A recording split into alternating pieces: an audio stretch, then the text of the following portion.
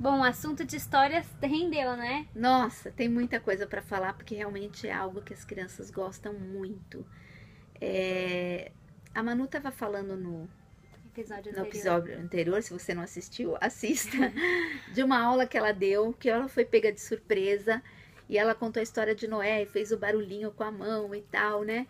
Eu quero dizer que os pesquisadores já constataram que assim, nós temos 5 sentidos e quanto mais sentidos você usar das crianças, melhor. Se você contar uma história só expositiva, eles vão aprender algum por cento lá, uma quantidade, uma porcentagem X. Se você contar a história expositiva e mostrar alguma coisa, ilustrar, né? Então vai usar o órgão da visão também, não só a audição, mas a visão, ela vai ter a chance de aprender mais, X vezes 2, sei lá. Se ela puder participar, como a Manu falou, fazendo o barulhinho da chuva, ela vai estar participando. Se ela puder tocar, se ela puder experimentar. Eu nunca me esqueço de um culto que o pastor estava falando sobre a saída do povo do Egito. E era uma igreja muito grande, 3.000 membros, e ele pediu para os diáconos distribuir ervas amargas. Na hora que ele estava falando, os diáconos foram distribuindo ervas amargas. Então, eu nunca mais esqueci, porque ele contou a história do povo e nós experimentamos, né, com o nosso paladar essas ervas amargas, né?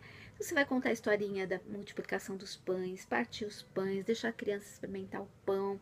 Tem tantas coisas que vocês vão fazer. Então, quanto mais as crianças participarem da história, mais aquilo vai ficar internalizado na vida dela. E Jesus fazia. Ele falava: olhai os lírios do campo, né? Olhai os pássaros do céu. Então, muitas coisas. Outro método que Jesus usava era o método das perguntas. Se você parar para ver uma metodologia de Jesus, as pessoas vinham fazer uma pergunta para Jesus, ele não respondia de cara, ele respondia com outra pergunta. Isso para adolescente, pré-adolescente, para os maiorzinhos, é ótimo. Eles vêm com uma pergunta, você faz outra. Eu trabalho na igreja com crianças de 9 a 12 anos. E a gente trabalha com material muito legal que é de investigação. Então, toda aula é um mistério. Toda aula eles têm que descobrir um enigma, um mistério. Então, tem as pistas. Eles amam a aula. E tem sempre uma pergunta que fica no ar, que é o mistério da aula, que daí eles têm que descobrir no final. E assim, quando vinham falar com Jesus, ele fazia uma outra pergunta, ou ele contava uma história, e ele fazia as pessoas pensar, porque isso é muito importante, fazer as pessoas pensarem, não dar as coisas mastigadas. Então, nunca pense que a história saiu de moda. Olha, teve uma época, não sei se vocês já ouviram falar, essa geração de flanelógrafo, né? Aquela flanela, aquele quadro de flanela que as figuras grudam.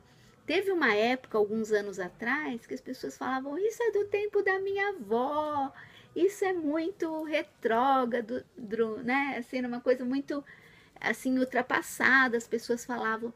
Gente, eu uso flanelógrafo até hoje. As crianças ficam maravilhadas, porque as crianças de hoje, elas não conhecem muito esse recurso. E elas ficam: professora, como é que você consegue grudar? E eu termino de contar a história. Olha, sempre tem uma que tá lá escondidinha, querendo ver o que tem ali de tão mágico que gruda. Então, assim, use. Eu sou a favor de inovações, né?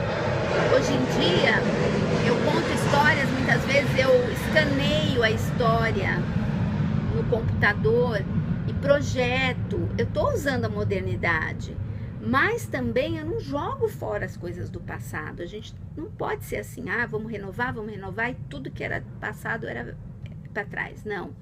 A gente tem que usar as coisas do passado junto com as coisas do presente também. Tudo que vier na nossa mão nós temos que fazer, né? Então, Isso que eu gostaria de dizer, sabe? É muito importante, então, vocês tomarem esses cuidados. Como eu estava comentando com a Manu, a indisciplina, ela gera vários fatores, né? Então, tem que ter algo agradável para a idade, retomando um pouco do que a gente falou.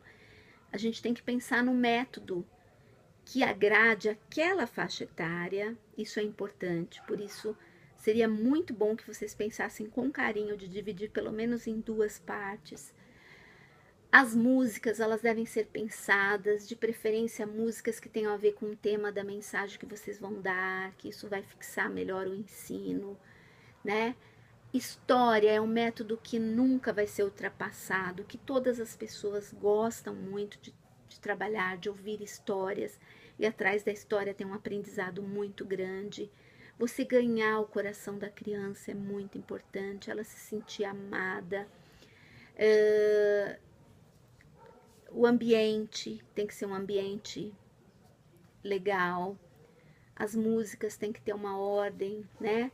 Tudo isso é muito importante, mas a preparação, mas diante de tudo isso que eu falei, o mais importante é vocês se colocarem em oração diante de Deus, falar: Senhor, me ajuda, Senhor, me dá estratégias, porque a oração, ela é a gasolina do carro.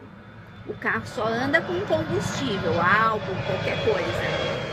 E a nossa aula precisa de oração. Nós temos que saber que nós somos dependentes de Deus.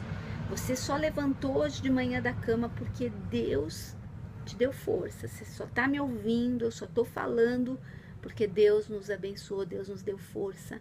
E nós temos um tesouro muito precioso, que é a palavra de Deus. E a gente só vai conseguir fazer algo se Deus estiver por trás disso. Então, por mais que você tenha métodos, é a história que eu contei daquela professora, né?